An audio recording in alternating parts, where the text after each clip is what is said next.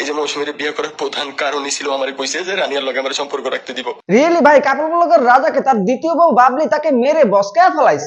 দেন সে live এসে কান্নাকাটি করতেছে এবং পাবলিককে বইলা বাড়াইতেছে। আমার বাপে যেমন আমার আর আমার বোনের লগে সারা জীবন ঘুরে গেছে।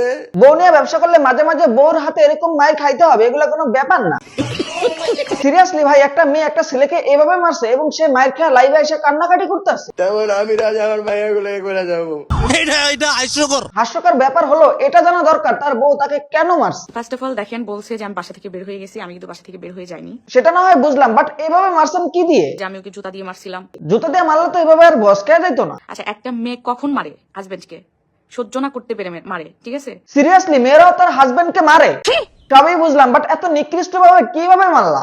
আমার এই যে হাতের নখ ছিল, এই নখ দিয়ে আমি ওকে খামসি দিছি। এটা খামসির মার, আর সে যেভাবে খামসাইছে তাতে মনে হয় তার তো অনেক ভালো এক্সপিরিয়েন্স আছে। বিশ্বাস করেন রাজার কান্নাকাটি দেখে আমি হয়তো ভাবছিলাম তার বউ তার টুনটুনি কেটে দিয়েছে, এজন্য সে লাইভে আইসা এভাবে কান্নাকাটি করতে আসে।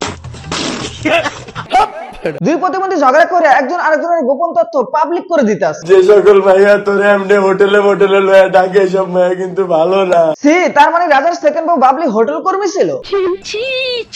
সিরিয়াসলি ভাই এটা আমি বলতেছি না, এটা নাকি রাজার মা বাবা বলছে। আমার ভাইয়ার আপু 100 বার বারবার নিষেধ করছে যে মাইয়া কিন্তু ভালো না। আর তার বউ বাবলি লাইভে আইসা বলতেছে প্রত্যেক দিন নেশা করে, প্রত্যেকটা দিন, এমন কোনো দিন নাই যে নেশা করে না। ও যে নেশাখোর মাতাল তা ওর কর্মকাণ্ড দেখলেই বোঝা যায়। মানে কতটা নির্লজ্জ কাপুরুষ হইলে নিজের বউয়ের হাতে মায়ের খায় লাইভে আইসা কান্নাকাটি করে এবং নিজের বউয়ের গোপন তথ্য পাবলিকের কাছে বইলা বাড়াইতেছে। হয়তো আগে ওর গলা কাটবো পরে নিজের গলা কাটবো। ভাই তুই আসলেই মরে যা, তোর জন্য আমরা পুরুষরা অনেক লজ্জিত। এইদিকে রাজার ফার্স্ট বউ টিকটকার আঁকি তাদের মারামারি দেখে খুশিতে আইসা নাচতেছে।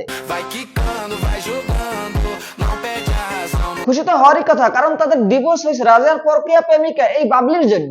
আমার এই যে হাতের নখ ছিল, এই নখ দিয়ে আমি ওকে খামসি দিছি। আর রাজার সেই পরকীয়া বউ বাবলি রাজাকে মেরে বাসা থেকে বের করে দিছে। তাই টিকটকার আঁকি খুশিতে নাচতেছে।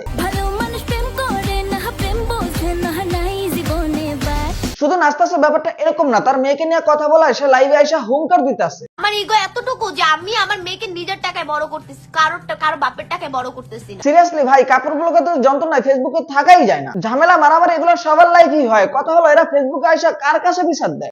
ওদের বিয়েটা কি মার্ক জুকারবার্গ করেছিল? পাবলিক কি ওদের ডিভোর্স করাইছিল? তাহলে ফেসবুকে আইসা কার কাছে বিচার দেয়? ওদের কাহিনী দেখলে মনে হয় ফেসবুক ওদের বাপ দাদার। সবই ওদের সাজানো নাটক। মাঝে মাঝে মন চায় ওদের কাপড়মূলক আর নোংরামি।